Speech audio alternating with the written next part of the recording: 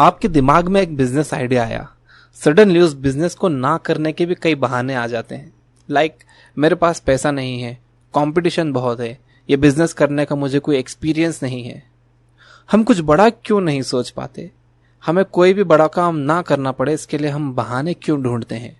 और क्या है इसका सॉल्यूशन? आज मैं आपको डेविड श्वार्ट्ज की book the magic of thinking big के एक चैप्टर से बताऊंगा कि हम किस तरह अपनी बहाने बनाने की आदत को छोड़कर बड़ा सोच सकते हैं और बड़े काम कर सकते हैं। डेविड श्वार्ट्ज कहते हैं कि हम सब के अंदर एक बीमारी होती है जिसे श्वार्ट्ज ने एक्सक्यूजाइटिस का नाम दिया है, यानी बहाना बनाने की बीमारी। पहला सबसे कॉमन एक्सक्यूज है, मेरे पास सक्सेसफुल लोगों जितनी इंटेलिजेंस नहीं है।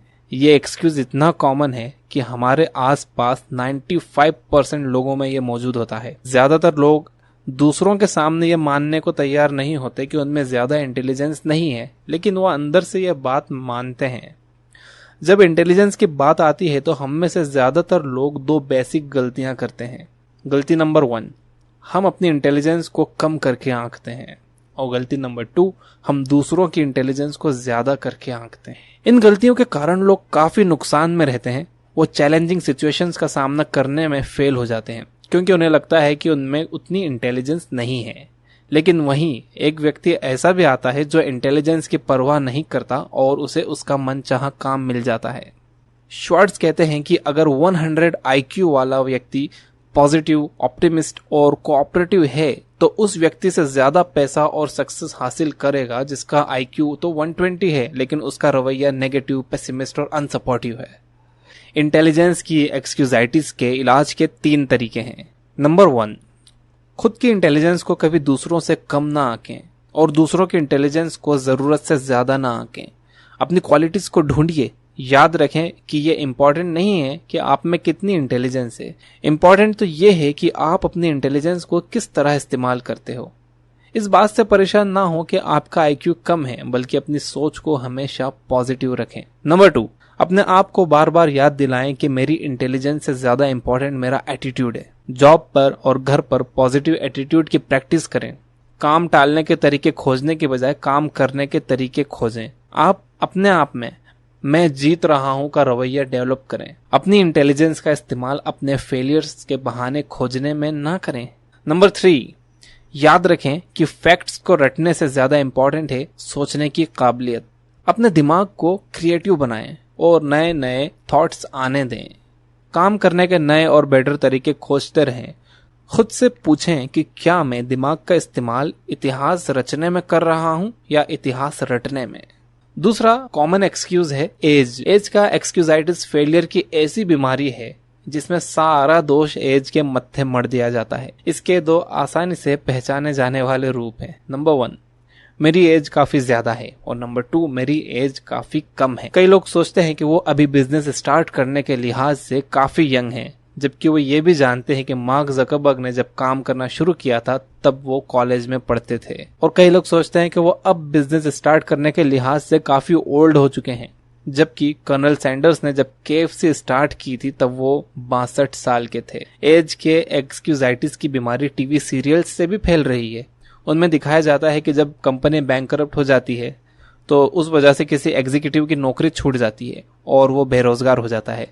उसे कहीं भी नौकरी नहीं मिल पाती क्योंकि उसकी एज ज्यादा हो चुकी है। मिस्टर एग्जीक्यूटिव कई महीनों तक नौकरी ढूंढते हैं लेकिन उन्हें नौकरी नहीं मिल पाती, और इस दौरान वो कुछ टाइम तक सुसाइड के ऑप्शन पे भी सोचते हैं और आखिर में इस रिजल्ट पर पहुंचते हैं कि अब खुद को रिटायर समझ लेने में ही समझदारी है। एज के एक्सक्यूजाइटिस के इलाज के 2 तरीके हैं। नंबर 1, आप वो काम करो जो आप फ्यूचर में करना चाहते हो।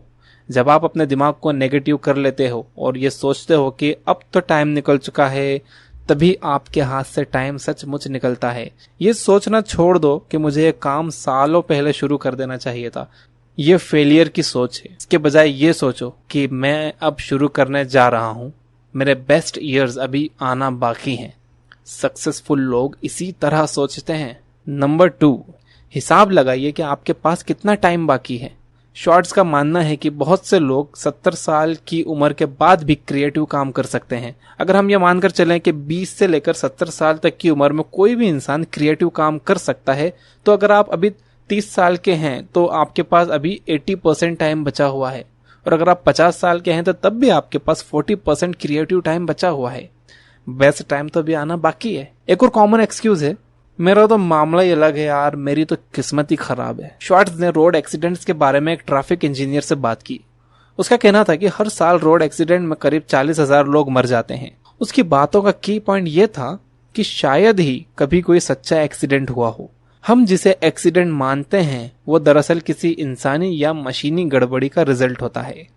ये ट्रैफिक इंजीनियर जो बात कह रहा था वो हमें फिलोसोफर और थिंकर्स सदियों से सिखाते आ रहे हैं, हर चीज का कोई ना कोई कारण होता है, कोई भी चीज बिना कारण के नहीं होती। आज बाहर जो मौसम है वो भी एक्सीडेंटली नहीं है, वो कोई ना कोई कारणों की वजह से ऐसा है। हमारे साथ जो भी कुछ होता है उसका भी कोई ना कोई रीजन होता है। लेकिन शायद ही कोई दिन ऐसा गुजरता हो जब हम किसी को अपनी बदकिस्मती का दोष देते हुए ना सुनते हों, या किसी दूसरे आदमी की सक्सेस पर उसकी अच्छी किस्मत की दुहाई ना देते हों। फॉर एग्जाम्पल, श्वार्ट्ज एक दिन 3 यंग जूनियर एग्जीक्यूटिव्स के साथ लंच कर रहे थे। उस दिन इनके डिस्कशन का सेंटर था जॉर्ज का प्रमोशन। कल तक जॉर्ज इन्हीं लोगों की तरह जूनियर एग्जीक्यूटिव था, आज उसे प्रमोशन मिल गया था। जॉर्ज को प्रमोशन क्यों मिला? इन तीनों लोगों ने इस मुद्दे का पोस्टमार्टम किया और कई रीजंस खोज निकाले। अच्छी किस्मत, मक्खन पॉलिश, प्रेशर और जॉर्ज की वाइफ के सोर्सेस, यानी सच्चाई को छोड़कर हर बात कही गई। सच्चाई ये थी कि जॉर्ज इस प्रमोशन के लिए सबसे ज्यादा काबिल था। वो अपने काम को बेहतर तरीके से करता था, वो ज्यादा मेहनत कर रहा था, वो ज्यादा इफेक्टिव था। सीनियर ऑफिसर्स ने काफी सोच विचार किया कि इन चारों में से किसे प्रमोशन मिले। इन 3 निराश जूनियर एग्जीक्यूटिव्स ने समझना चाहिए था कि कंपनी के सीनियर ऑफिशियल्स जब प्रमोशन देते हैं तो वो चारों के नाम लिखकर टोपी में से किसी एक का नाम नहीं निकालते। सोचिए, अगर किस्मत के सहारे सारी कंपनीज काम करें, अगर किस्मत ही ये डिसाइड करे कि कौन आदमी मैनेजर बनेगा, कौन चपरासी बनेगा, तो इस देश का हर बिजनेस चौपट हो जाएगा। 1 मिनट के लिए इमेजिन करें, हम इन्फोसिस को किस्मत के सहारे फिर से बनाते हैं। इस काम के लिए हम एक बॉक्स में सभी एम्प्लॉयज के नाम की पर्ची डाल देते हैं। पर्ची उठाने पर जिसके नाम की पहली पर्ची खुलेगी हम उसे प्रेसिडेंट बना देंगे, दूसरे नाम वाले को वाइस प्रेसिडेंट बना देंगे और इसी सीक्वेंस में हम नीचे की तरफ आते जाएंगे। ये बेवकूफ़ी भरा नहीं लगता क्या? लेकिन किस्मत जब काम करती है तो इसी तरह करती है। जो भी लोग किसी बिजनेस में टॉप पर पहुंचते हैं, चाहे वो बिजनेस मैनेजमेंट हो, सेल्समैनशिप हो, कानून हो, इंजीनियरिंग हो, एक्टिंग हो या कोई और फील्ड हो, वो इसीलिए टॉप पर पहुंचते हैं क्योंकि उनका एटीट्यूड विनर्स वाला होता है और वो साथ में सख्त मेहनत करते हैं। किस्मत के एक्सक्यूजाइटिस के इलाज के 2 तरीके हैं। नंबर 1, रीजन एंड रिजल्ट्स के रूल को एक्सेप्ट करिए। जब आपको लगे कि कोई आदमी खुशकिस्मत है तो जरा गौर से देखिए, तब आपको दिखेगा कि जिसे आप पहली नजर में अच्छी किस्मत समझते थे वो दरअसल प्लानिंग, स्ट्रेटेजी और विनर वाले एटीट्यूड का रिजल्ट है। इसी तरह किसी आदमी की बदकिस्मती को भी गौर से देखिए, आपको उसके पीछे भी कुछ रीजंस मिलेंगे। मिस्टर विनर को जब झटका लगता है तो वो उससे कुछ सीखते हैं और उसका फायदा उठाते हैं, लेकिन जब मिस्टर लूजर फेल होते हैं तो वो अपने फेलियर से कुछ नहीं सीखते और बहाने बनाते रहते हैं। नंबर 2, अपने दिमाग की एनर्जी को ऐसे सपने देखने में जाया ना करें जिसमें बिना मेहनत के सक्सेस हासिल की जा सकती हो। हम किस्मत के सहारे सक्सेसफुल नहीं हो सकते। सक्सेस उन चीजों में मास्टरी हासिल करने में आती है जो हमारी सक्सेस में हेल्पफुल होते हैं। प्रमोशन या जिंदगी की अच्छी चीजों में किस्मत का सहारा ना लें। किस्मत से ये चीजें नहीं मिला करती हैं। इसके बजाय आप अपने आप में ऐसी क्वालिटीज डेवलप करें कि आप सच में एक विनर बन जाएं।